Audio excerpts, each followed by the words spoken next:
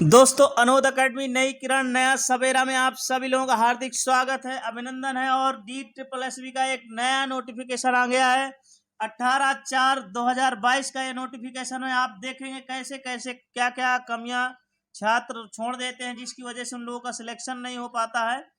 और DSSB बार बार warning देती है कि ये आप डॉक्यूमेंट्स इनको समय रहते अपलोड कर दीजिए, नहीं आपका कैंडिडेचर रिजेक्ट कर दिया जाएगा, आपको चयन से बाहर कर दिया जाएगा। तो इनकी जो समस्याएं हैं, बच्चों में जो ऑब्जेक्शन लगाया गया है उसको हम लोग समझते हैं। हो सकता है ये ऑब्जेक्शन आपके ऑब्जेक्शन से मैच करता हो, आपकी क्वेरीज से मैच करता हो, तो वीडियो के अंत तक जरूर बने रहें। वीडियो को लाइक करें, शेयर करें और चैनल को सब्सक्राइब जरूर करें। दोस्तों चलिए हम लोग देखते हैं। इसमें सीरियल नंबर 1 में रोल नंबर जो दिया गया है, ये रोल नंबर है।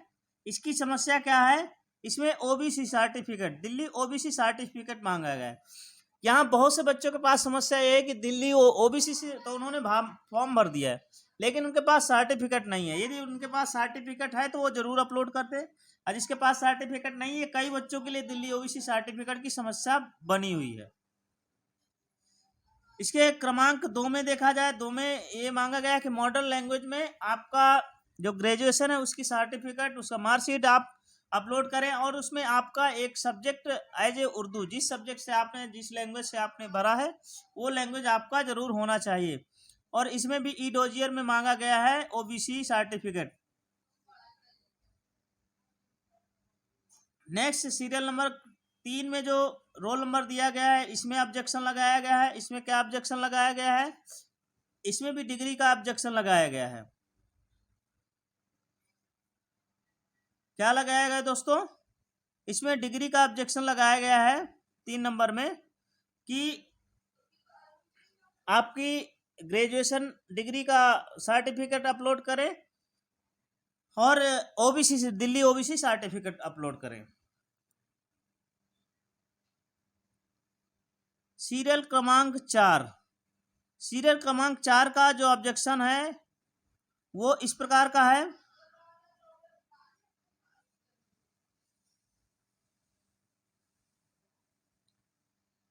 वो है, ऑब्जेक्शन है कि डीसीएफ सर्टिफिकेट, डीसीएफ सर्टिफिकेट का मतलब होता है कि डिपार्टमेंटल कैंडिडेट फॉर्म। तो कुछ लोगों ऐसे हैं कि जिन्होंने डिपार्टमेंटल जो वर्क कर रहे थे, तो उनके लिए क्या था कि एज रिलैक्सेशन दिया गया था। तो एज रिलैक्सेशन लेने के लिए उन्होंने डीसीएफ फॉर्म उन्हें जमा करना पड़ेगा डिपार्टमेंट से, एनओसी लेकर के। डिपार्टमेंट में जितने वर्ष आपने काम किया, जिस आधार पर आपको छूट मिली है, उसका फॉर्म आपको जमा करना होगा। तो डीसीएफ भी समस्या एक है, काफ़ी लोगों के पास डीसीएफ समस्या है, जो यहाँ पहले से कार्यरत हैं गेस्ट टीचर के रूप में या पीआरटी के रूप में, तो उन्हें आप डीसीएफ सर्टिफिकेट जमा करना पड़ेगा ई डोजियर के साथ। सीरियल क्रमांक 5 में दिया गया है, इसकी भी समस्या है, BA honours 1 modern language concern with BA. तो जिन्होंने बीए ऑनर्स किया, उसमें आपका जो जिस सब्जेक्ट में आप टीजीटी दे रहे हैं, उसमें आपका लैंग्वेज, आपका सब्जेक्ट जरूर होना चाहिए। तो ये एक तो सब्जेक्ट से रिलेटेड कुछ क्वेरीज है। सीरियल क्रमांक 6, सीरियल क्रमांक 6 में पूछा गया है, इसमें भी वही सेम कंडीशन है कि सीरियल क्रमांक 6 में पूछा गया है कि आपने ग्रेजुएशन जिस सब्जेक्ट से किया है उसमें आपका लैंग्वेज सब्जेक्ट आपका होना चाहिए और 45% ग्रेजुएशन होना चाहिए, एग्रीगेट मार्क्स। सीरियल क्रमांक 7 में जो रोल नंबर है, ये रोल नंबर, इस रोल नंबर की प्रॉब्लम ये है कि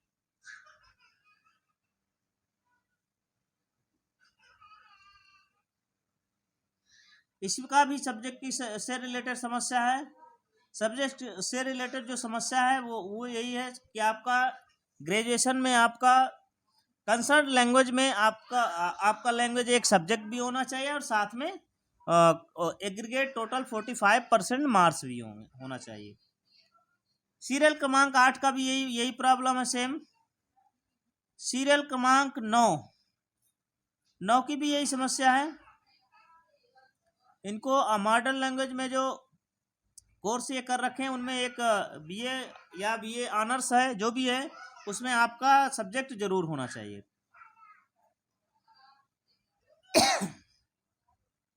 सीरियल क्रमांक 10 में इन्होंने सीधे सीधा बीए की डिग्री इडोजियर मांग लिया। इन्होंने अपलोड क्यों नहीं किया, इनकी समस्या पता नहीं। ऐसे ऐसे सामान से चीज़ें क्यों छोड़ देते हैं। यहाँ सर्विस का सवाल है, आप लोगों को जॉब मिल रही है जिसके लिए लोग लाखों लोग करोड़ों लोग तरस रहे हैं, फिर भी आप बीए की डिग्री नहीं उपलब्ध करा रहे हैं। तो बीए की डिग्री 10 क्रमांक में पूछा गया है।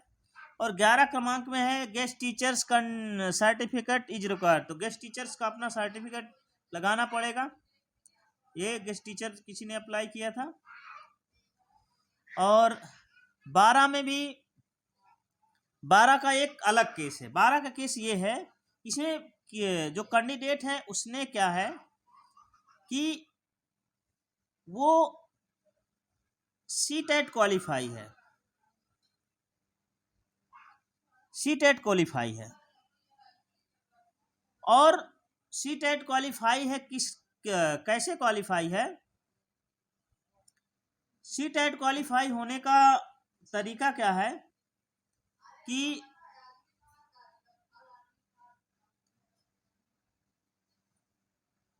उन्होंने क्वालिफाई, जो सीटेट क्वालिफाई किया है वो ओबीसी में किया है, ओबीसी कैटेगरी में, मतलब सीटेट ओबीसी के रूप में उन्होंने क्वालिफाई किया। अब ये कैंडिडेट दिल्ली के होते, ये कैंडिडेट जो है सीरियल क्रमांक 12 का जो कैंडिडेट है, ये यदि दिल्ली का है तो ओबीसी के आधार पे है तो कोई दिक्कत नहीं। लेकिन प्रॉब्लम इससे क्या है कि आउटसाइडर ओबीसी है।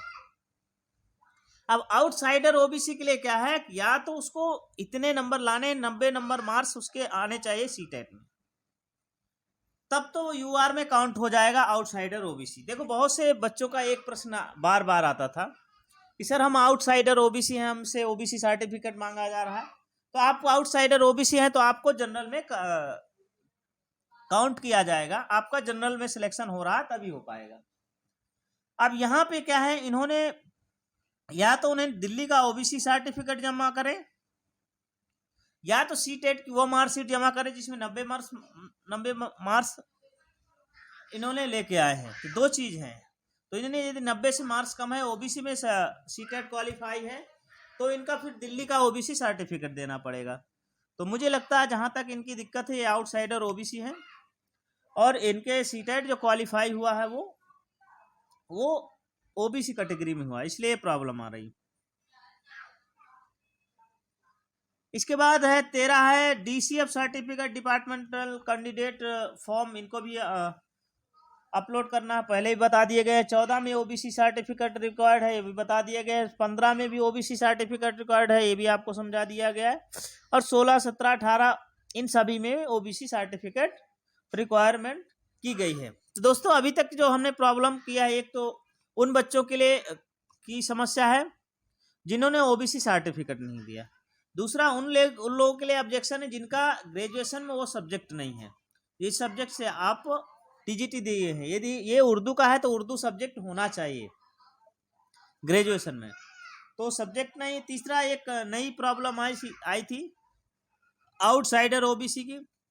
तो आउटसाइडर ओबीसी का सीटेट भी जनरल क्वालिफाई होना चाहिए, तब आप आउटसाइडर ओबीसी क्या है जनरल क्वालिफाई करेंगे और जनरल में आपका सिलेक्शन होगा। दोस्तों इस प्रकार मैक्सिमम जो आपकी समस्याएं थी उसका समाधान कर दिया गया है। आशा करता हूं कि ये आपको अच्छे से समझ में आ रहा होगा। और जो भी आपकी क्वेरीज है, क्वेरी जरूर पूछें। यदि आप पूछते हैं तो उसका समाधान जरूर निकलता है। वीडियो देखने के लिए आपको बहुत बहुत धन्यवाद। मिलते हैं नेक्स्ट वीडियो में, तब तक के लिए जय हिंद, जय भारत।